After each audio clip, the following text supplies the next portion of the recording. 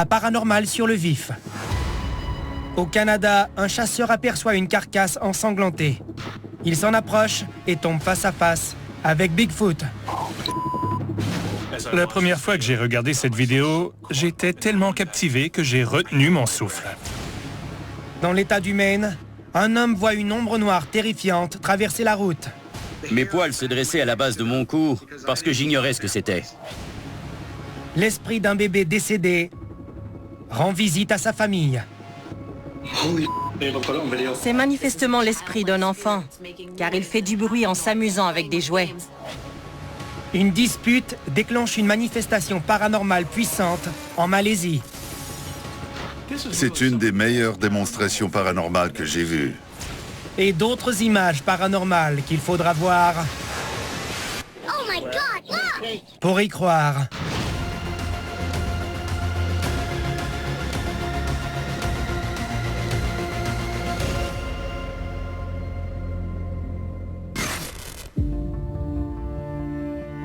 Certains croient que notre planète n'est pas habitée que par des êtres vivants, mais aussi par les esprits de tout ce qui y a déjà vécu.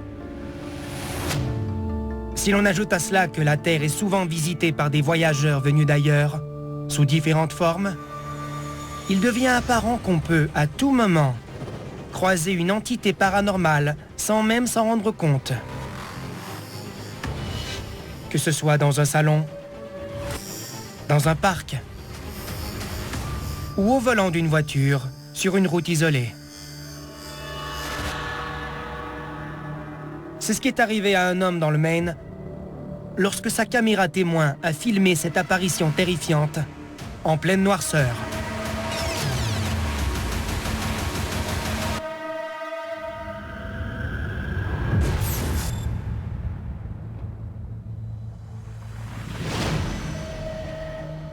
En juillet 2020, à Falmouth, Maine. Il est 23 h quand Chet Cook roule sur une route isolée. Après une courbe prononcée, il voit ceci. Un cerf. Il s'enfuit dans la forêt et Chet poursuit sa route. Le lendemain matin, il regarde les images captées par sa caméra. Et juste avant d'arriver à la partie où il voit le cerf, il aperçoit autre chose qui lui semble très étrange. L'avez-vous vu? Regardons une autre fois au ralenti. Une ombre qui a la forme d'un animal traverse la route devant le véhicule de Chet à une vitesse incroyable. En voyant ces images, Chet est effrayé, car il n'a pas vu cette ombre pendant qu'il était au volant. Je m'appelle Chet Cook et ceci est ma vidéo. Quand j'ai vu l'ombre, j'ai cru à une erreur. Alors je l'ai regardée à plusieurs reprises pour tenter de trouver une explication. Mes poils se dressaient à la base de mon cou parce que j'ignorais ce que c'était. Si je conduisais sur une route très sombre et que je voyais cette chose apparaître soudainement devant moi, ce serait déjà incroyable. Mais encore plus si je l'apprenais uniquement en visionnant les images captées par ma caméra. Je ne peux pas l'identifier, mais cette ombre noire est terrifiante. L'ombre n'est ni solide ni opaque, mais plutôt floue. Elle se déplace très rapidement en traversant la route. Les phares éclairent bien la route et l'environnement. Et pourtant, nous ne voyons aucun détail de l'ombre, ce qui me laisse croire que c'est surnaturel. La lumière des phares semble absorbée par l'ombre. Elle n'est pas reflétée et ne passe pas au travers non plus. On dirait presque un trou noir que la lumière ne peut pas pénétrer. J'ai d'abord cru que c'était un animal, mais quand j'ai vu les lignes blanches qui passaient à travers, j'ai compris que c'était une ombre qui traversait la route. En tenant compte de la vitesse de la voiture, on peut estimer que l'ombre traverse la route à environ 100 km/h. Elle est assez imposante et si rapide, presque furtive, qu'elle ne ressemble à aucune créature terrestre qu'on connaît. Si c'était un animal comme un chat, un léopard ou une panthère, Les phares m'auraient permis de l'identifier, comme le cerf. Sa forme n'est pas définie. Ce n'est qu'une ombre floue de quelque chose. Je n'ai aucune idée de ce que j'ai vu. Chet ne saura sans doute jamais ce qu'il a vu ce soir-là. Mais certains détails permettent d'avancer quelques hypothèses. Si je devais me prononcer sur ce que nous voyons dans cette vidéo, je dirais qu'il s'agit probablement d'une énergie résiduelle reliée à la mémoire des lieux.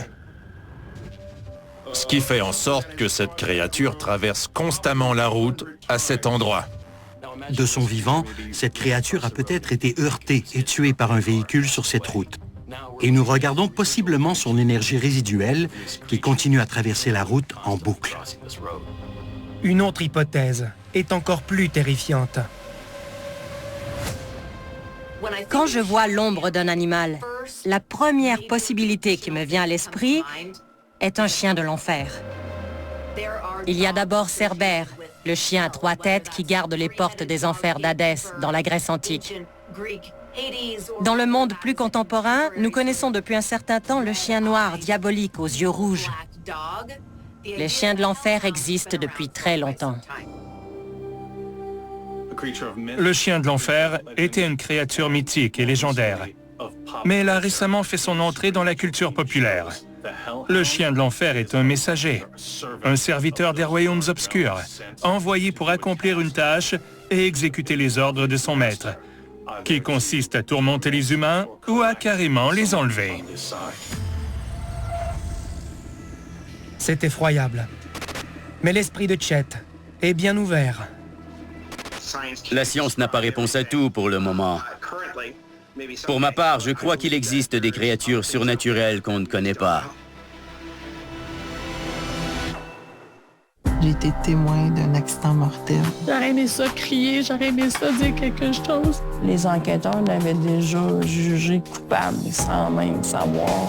Tragédie involontaire, vendredi 20h, à Canal D. Une dispute violente entre deux personnes peut être épuisante.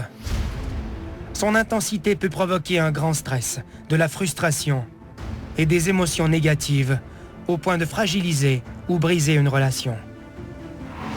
Dans le domaine du paranormal, cela peut même aller plus loin et devenir dangereux.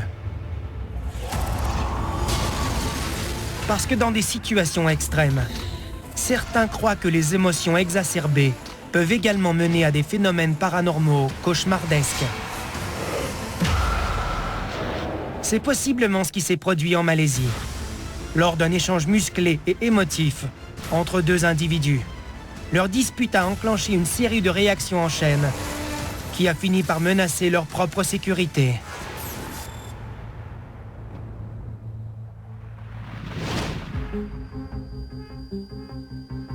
Nous sommes en août 2010, à Puchong, en Malaisie. Il est passé minuit et une caméra de surveillance capte un homme et une femme à l'intérieur d'une école de conduite, bien après sa fermeture. Ils arrivent ensuite dans une grande pièce où une fête vient de se terminer.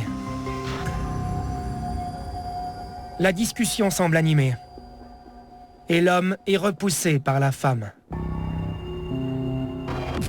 La situation s'envenime et l'homme empêche la femme de sortir de la pièce.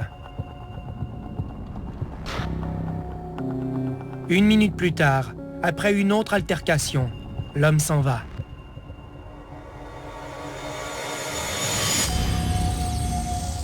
Il entre dans une autre pièce pour faire un appel téléphonique. C'est à ce moment-là que des événements étranges commencent à se produire. Dans la pièce où l'homme se trouve, la porte se met à bouger toute seule. Quelques secondes plus tard, 3 écrans d'ordinateur qui sont devant lui s'allument et s'éteignent sans raison apparente.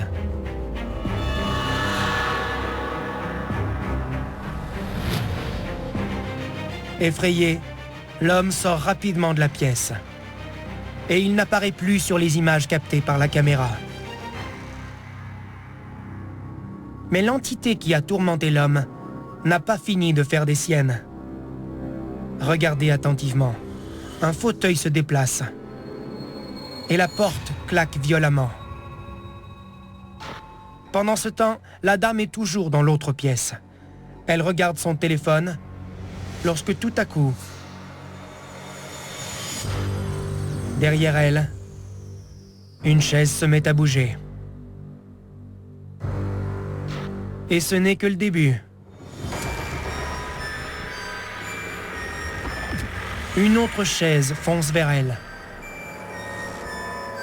La femme est terrorisée. Elle tente de s'enfuir. Mais des chaises et des tables se précipitent devant la porte pour lui bloquer la sortie. Sa panique est si intense qu'elle perd conscience.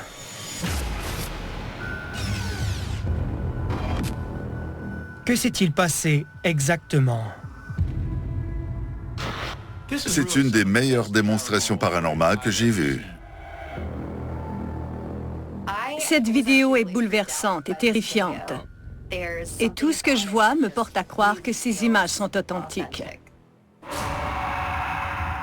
J'étais déjà impressionnée de voir les écrans d'ordinateur s'allumer et s'éteindre.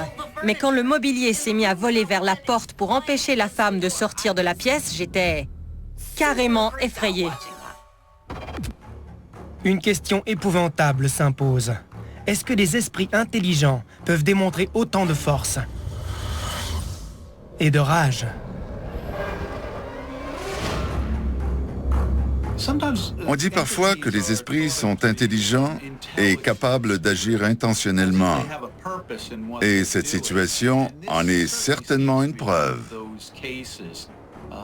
Le mobilier aurait pu se déplacer dans n'importe quelle direction, mais il s'empile devant la porte comme s'il voulait envoyer un message à cette pauvre femme. Et ce message semble être « Vous ne sortirez pas d'ici ».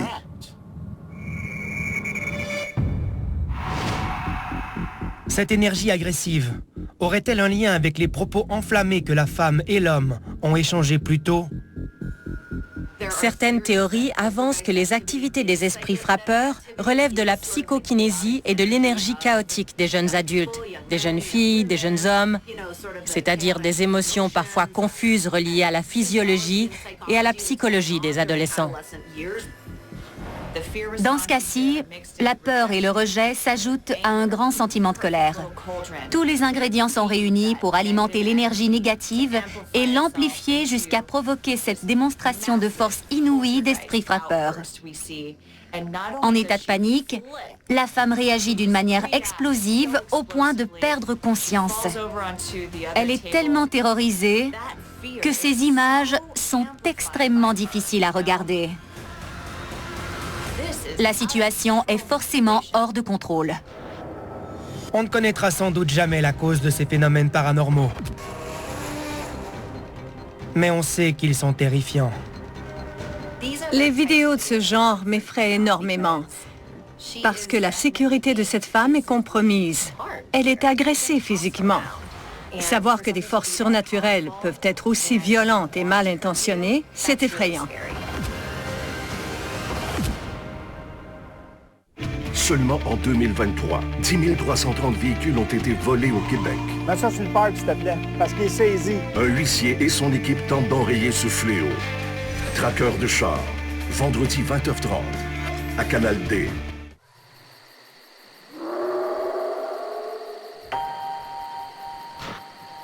Bigfoot est sûrement le cryptide le plus légendaire qui soit. Malgré les nombreux signalements de témoins oculaires, pourquoi avons-nous si peu d'images et de preuves physiques de son existence? Certains croient que c'est tout simplement parce que Bigfoot n'existe pas. Et d'autres pensent que cela s'explique parce qu'il a toujours une longueur d'avance sur nous, ou qu'il voyagerait d'une dimension à une autre pour ne pas être repéré. Une autre hypothèse plus terre-à-terre soutient que Bigfoot est tout simplement très doué pour se cacher des regards indiscrets. Un chasseur de wapiti pourrait avoir filmé une preuve de l'existence de Bigfoot. lorsqu'il est arrivé face à face avec cette créature horrifiante, couverte de fourrure et immobile au-dessus d'une carcasse de gros gibier.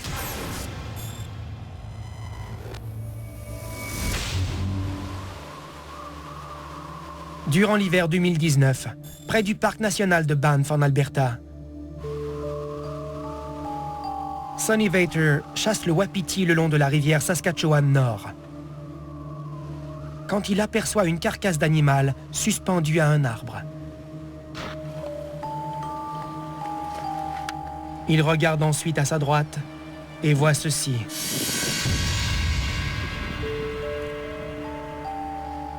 Une créature géante, couverte de fourrure très foncée, qui reste complètement immobile près d'un arbre.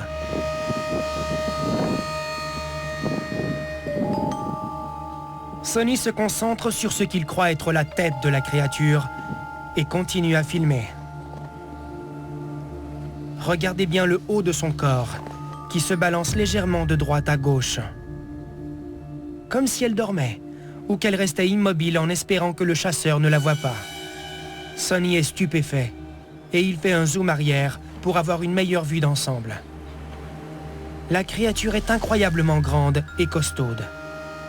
En panique, il s'éloigne doucement et retourne dans un sentier, où il voit ce qui lui semble être une traînée de sang.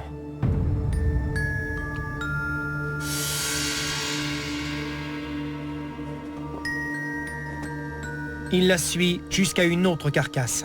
Cette fois, il s'agit d'un orignal. Il tourne la caméra vers la droite et aperçoit de nouveau une créature géante qui semble accroupie d'une manière étrange.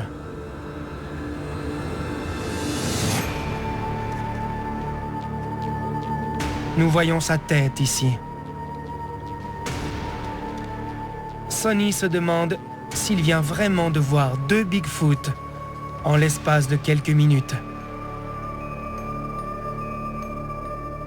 Sonny est médusé et sans mots.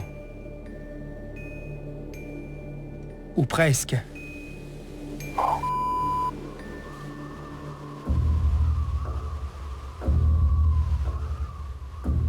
La première fois que j'ai regardé cette vidéo, j'étais tellement captivé que j'ai retenu mon souffle un moment, parce que je ne voulais pas déranger ce qui était sur le point d'arriver.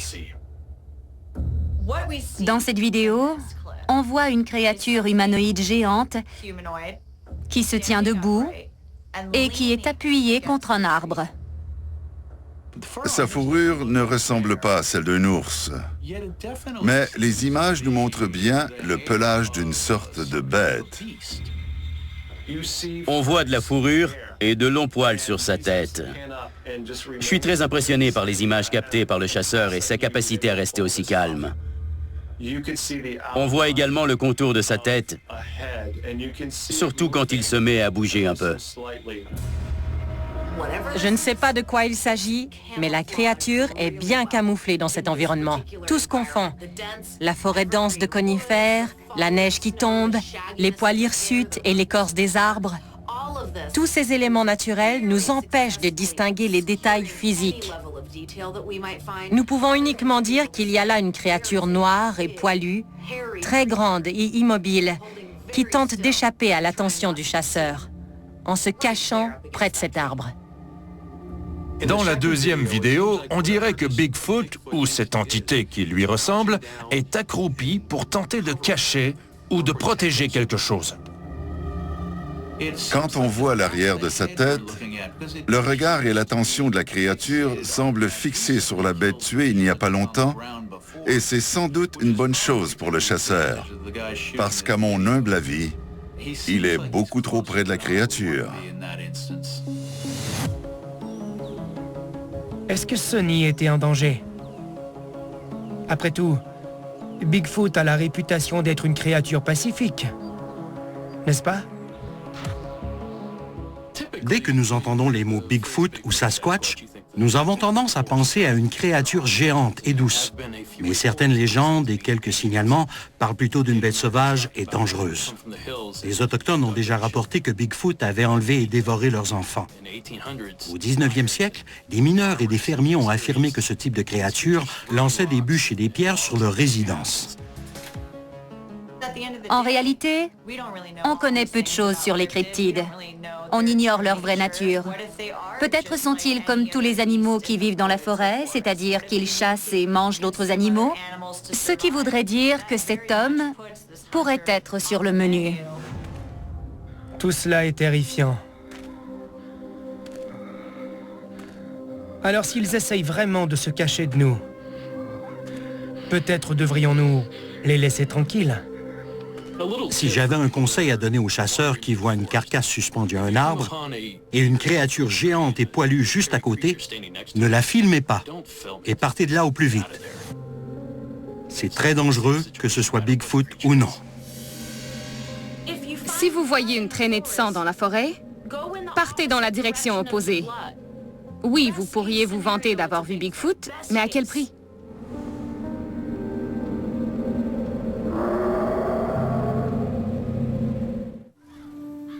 Bien des gens trouvent que les cimetières sont des endroits paisibles. Après tout, c'est là où reposent les corps terrestres des êtres chers qui nous ont quittés. Toutefois, quand vous visitez un cimetière, il est important de vous rappeler que des centaines de morts vous entourent. Et que même si la majorité des esprits ont déjà quitté ces corps pour aller dans l'au-delà, quelques-uns sont probablement restés sur Terre. Un enquêteur du paranormal l'a appris à la dure, lorsqu'il a visité un cimetière en pleine nuit et qu'il a été tourmenté par des fantômes.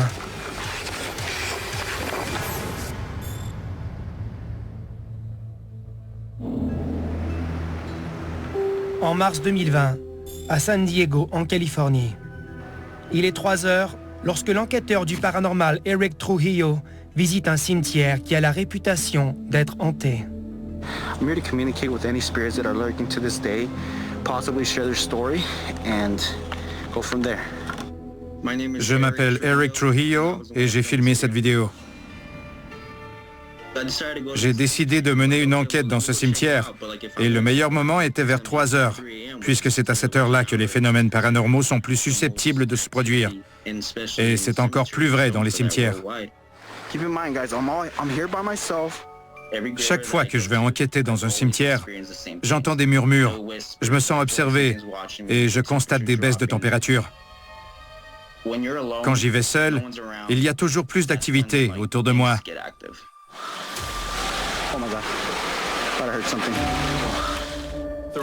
Au fil du temps, il y a eu plusieurs débats philosophiques et quelques idées farfelues sur les raisons pour lesquelles les cimetières seraient hantés. Mais en réalité, les esprits se trouvent là où sont les gens. Ils sont attirés vers nous et veulent capter notre attention. Ils peuvent être dans un cimetière, mais également dans la maison de notre grand-mère décédée il y a longtemps. Eric ne comprend pas tout de suite que les esprits sont déjà très près de lui. But guys, please be my eyes and ears. If you guys see anything crazy, please let me know. L'avez-vous vu? Reculons un peu pour voir la silhouette près d'une pierre tombale qui se cache derrière un arbre. Sur place, Eric ne la remarque pas. Il la verra seulement en regardant la vidéo chez lui. Quand j'ai fait le montage de ma vidéo, je me demandais pourquoi la coloration et la saturation de l'image me causaient des problèmes. Et c'est alors que j'ai vu la silhouette noire, immobile. C'est un phénomène paranormal que l'on appelle généralement des apparitions. Ce sont des entités surnaturelles qui se manifestent fréquemment dans les cimetières. Il y a plusieurs théories sur les silhouettes surnaturelles. Certaines avancent que ce sont des esprits démoniaques qui sortent tout droit des ténèbres. Mais plusieurs questions se posent.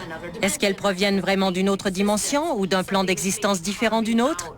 Est-ce qu'elle se taille un espace dans notre dimension plutôt que d'y occuper un espace réel? C'est difficile à dire, mais nous savons qu'une sorte d'énergie coagulée entre en ligne de compte. Puisqu'Eric n'a pas vu la silhouette lorsqu'il était sur place, il est resté calme et il a pu poursuivre son enquête.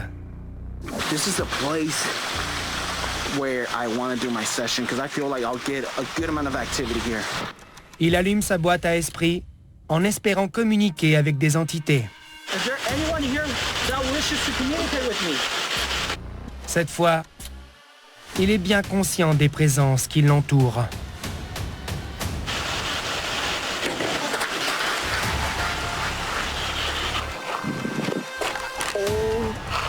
My God, was that there? Une chaise près de lui, qui était pliée et appuyée contre le mur, a été projetée au sol au même moment où Eric demandait aux esprits de se manifester. My heart is racing, guys.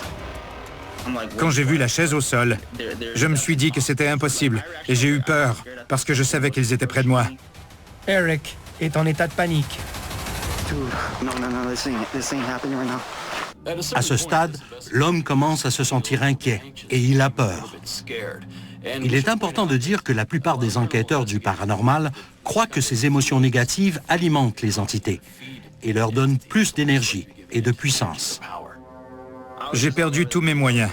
J'étais troublé, j'avais mal à la tête et je ne pensais qu'à m'enfuir. C'est exactement ce qu'il décide de faire. We gotta go. We gotta go. We gotta go. What the? 2 mois plus tard, poussé par sa curiosité, Eric retourne au même cimetière pour reprendre son enquête. I was walking around the cemetery and I happened to come across a mausoleum. Comme la première fois, la peur l'envahit très rapidement. I'm panicking. This is too much for me. I will be back. It's too much. It's too much for me right now. Regardez attentivement.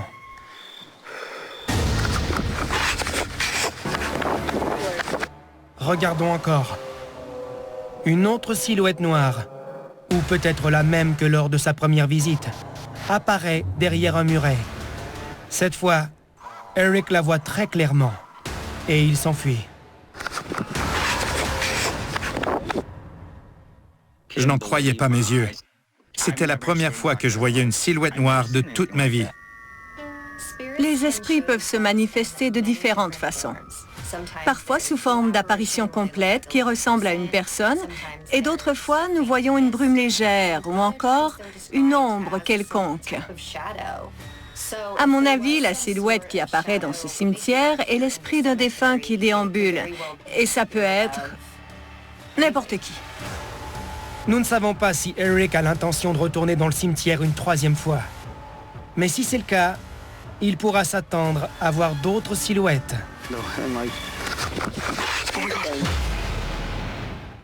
Ça relève, ça prend de l'adaptation. La marge d'erreur, on n'en a pas. Mes amis ils disent là, que je suis comme une toilette, je suis indispensable.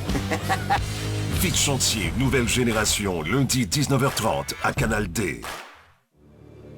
Les jumeaux auraient un lien exceptionnellement fort, au point où lorsque l'un d'eux décède, il resterait à jamais près de l'autre et deviendrait son ange gardien. Ce serait vrai quand la mort survient à un grand âge, et même quand elle survient avant la naissance. C'est ce qu'a possiblement vécu une famille en Angleterre. Malgré la perte tragique d'une jumelle avant sa naissance, celle-ci semble s'amuser avec des jouets dans leur résidence.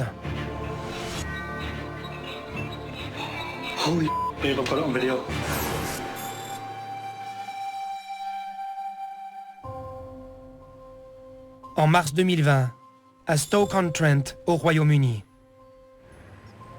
Alex Torley vit avec sa fiancée Jodie, son beau-fils d'1 an Logan et son bébé biologique, Jax. La famille tente toujours de se remettre d'un événement tragique survenu 2 mois plus tôt, à la naissance de Jax. Je m'appelle Alex et j'ai filmé cette vidéo. Jodie était enceinte et lorsqu'on a appris que c'était des jumeaux, une fille et un garçon. Nous étions très heureux. La semaine suivante, nous étions chez le médecin pour une consultation de suivi et il nous a annoncé que la petite fille était décédée. Nous n'avions pas encore pris de décision sur les prénoms à ce moment-là. Mais puisqu'elle était maintenant un ange, nous l'avons appelée Angel. Depuis qu'ils ont ramené de l'hôpital Jax, le jumeau survivant, des phénomènes étranges surviennent dans la maison. Surtout autour d'un objet en particulier. Le même jouet s'allumait et s'éteignait tout seul constamment. J'allais l'éteindre, mais il se rallumait tout le temps. Souvent, quand j'entrais dans la pièce où il se trouvait pour aller l'éteindre, il devenait silencieux. On avait acheté ce jouet à Logan 1 an plus tôt, et jusqu'à ce que Jax arrive à la maison, ça ne s'était jamais produit. Alex tente à maintes reprises de filmer le phénomène, mais sans succès.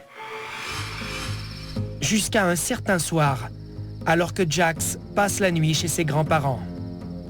Mes parents gardaient Jax pour la nuit, mais nous avons tout de même laissé les interphones vidéo allumés dans les chambres des deux enfants. Tout à coup, on a entendu pleurer un bébé. On est allé voir Logan, mais il dormait profondément. À ce moment, je me suis dit que quelque chose ne tournait pas rond. Alex installe une caméra et appuie sur le bouton enregistrer, en espérant filmer le fantôme qui pleurait. Au bout d'une heure, il ne s'était rien passé. Dès que j'ai appuyé sur le bouton arrêt de la caméra, le jouet s'est allumé. J'ai couru vers lui et j'ai enfin pu le filmer en action. Voici les images captées par Alex. Regardez attentivement.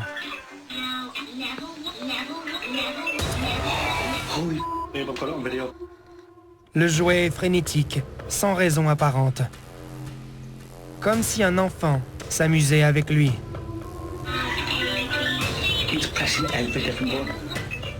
Quand les enfants s'amusent avec leurs jouets, ils font parfois n'importe quoi et appuient sur les boutons sans arrêt, uniquement pour entendre des sons. Mais le jouet répétait sans cesse « premier niveau ».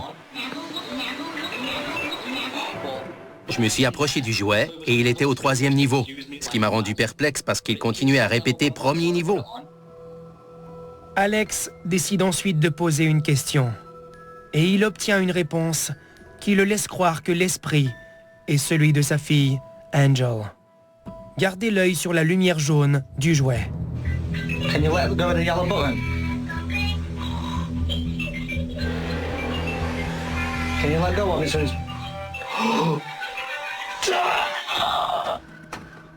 Ensuite, je lui ai demandé de cesser de jouer et toutes les lumières se sont éteintes d'un coup. Et j'ai compris que c'était notre petit ange, Angel.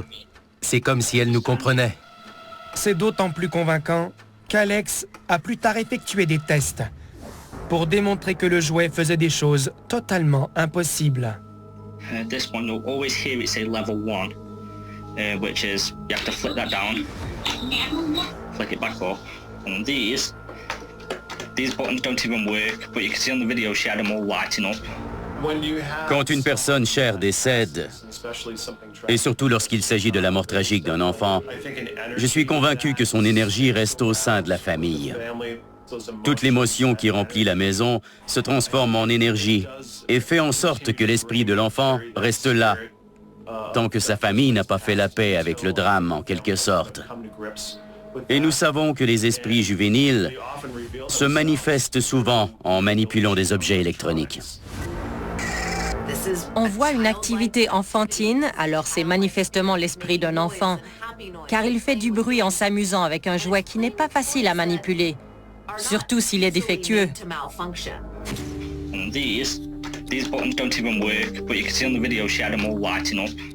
Lorsque les esprits se révèlent à nous, ils veulent attirer notre attention et nous livrer des messages.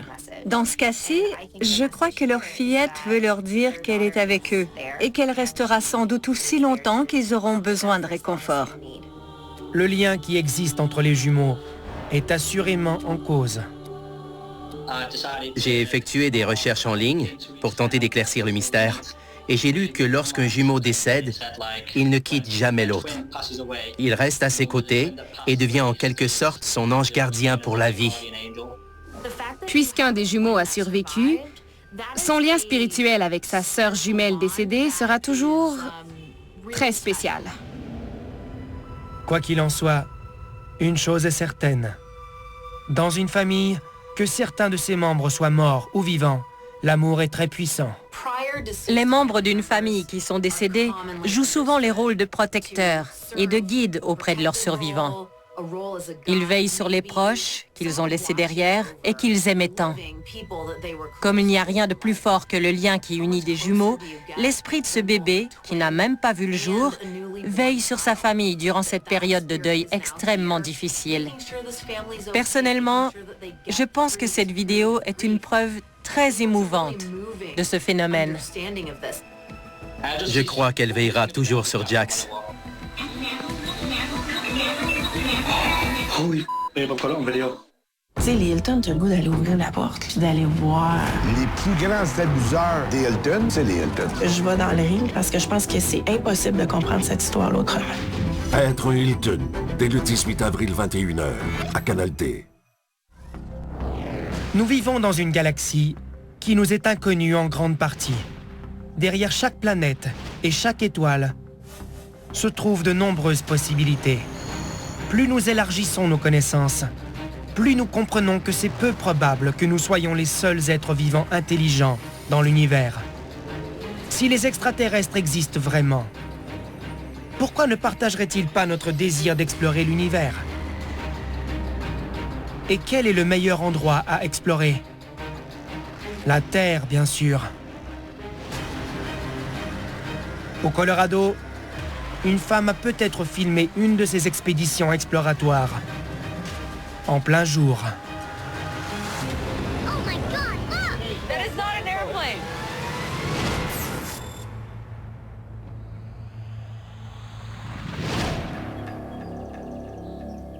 En juillet 2020, à Telluride, au Colorado.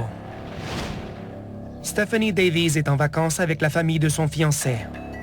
Le groupe profite des paysages pittoresques sur la terrasse d'un restaurant, lorsque la future belle-sœur de Stephanie remarque un objet étrange dans le ciel. Stephanie prend son téléphone pour le filmer. Au début, elle ne voit rien. Puis, un objet blanc à la forme étrange apparaît soudainement. Il vole allègrement dans le ciel dégagé. Toute la famille est abasourdie.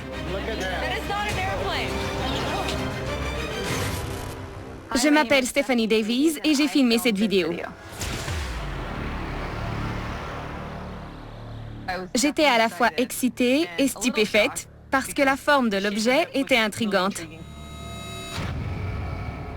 Il semblait métallique, mais ce n'était pas un avion parce que je ne voyais pas d'aile ni de queue. Ça ressemblait à un comprimé rectangulaire au contour arrondi.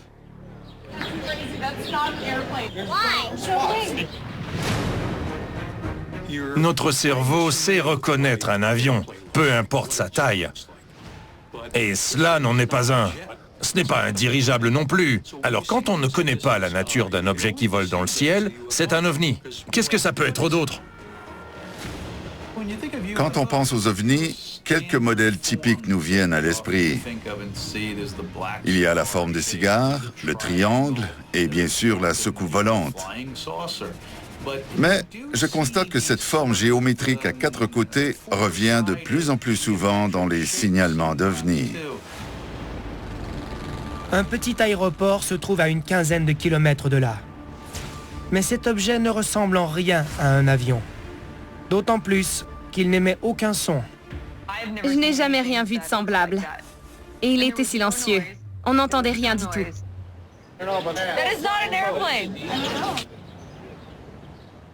Tous les avions que nous connaissons sont très bruyants. Même s'il s'agissait d'un type de drone, les gens au sol seraient en mesure de l'entendre, parce que les moteurs des drones émettent un son qui ressemble à un bourdonnement. Celui-ci étant silencieux, je ne sais pas ce que c'est, mais c'est fou. Ce n'est pas la première fois qu'un tel objet est aperçu dans le ciel. En 2004, un appareil FA-18 Super Hornet de la marine américaine a filmé cet étrange ovni en forme de comprimé au large de la côte de San Diego. Cette vidéo a été déclassifiée très récemment.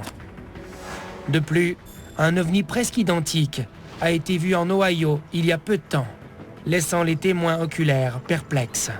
It's like a cigar shape. It's not making any noise. I don't see wings on it. Cet objet provient-il d'un autre monde? Si c'est le cas, pourquoi est-il ici?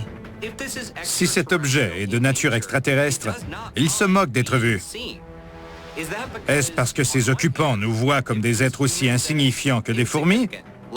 Ou est-ce que c'est une tactique pour nous désensibiliser, pour que nous devenions tellement habitués à les voir voler au-dessus de nos têtes que nous ne paniquerons pas à chaque fois qu'ils se montrent?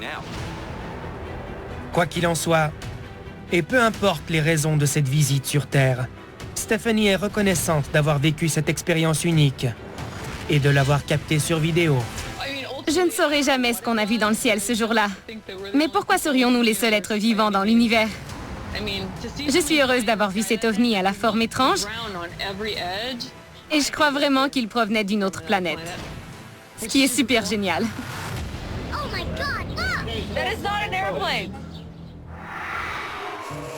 Que faire si vous êtes témoin de phénomènes paranormaux? Voici quelques conseils pour les filmer.